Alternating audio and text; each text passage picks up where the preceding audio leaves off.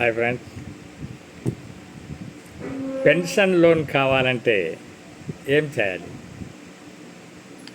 Bank మేనేజర్ని వెళ్ళాలి, ఆ రిక్వైర్మెంట్స్ లిస్ట్ తీసుకోవాలి.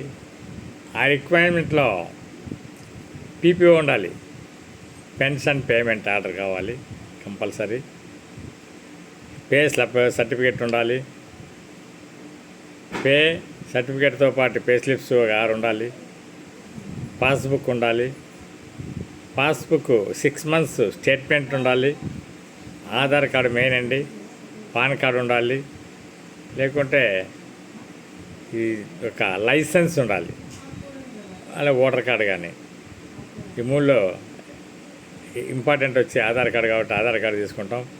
ఇంటి ప్రూఫ్ ఆధార్ కార్డు ఉంటుంది, సిగ్నేచర్ వెరిఫికేషను ఆధార్ కార్డే ఉంటుంది, పాస్పోర్ట్ సైజు 2 లేక 4, తర్వాత అడ్రస్ ప్రూఫ్ ఆధార్ కార్డే ఉంటుంది, లైఫ్ సర్టిఫికేట్ ఒకటిది మనం ప్రతి సంవత్సరం గవర్నమెంట్కి ఇస్తాం కాబట్టి అది ఒకటి తీసుకోవాలి.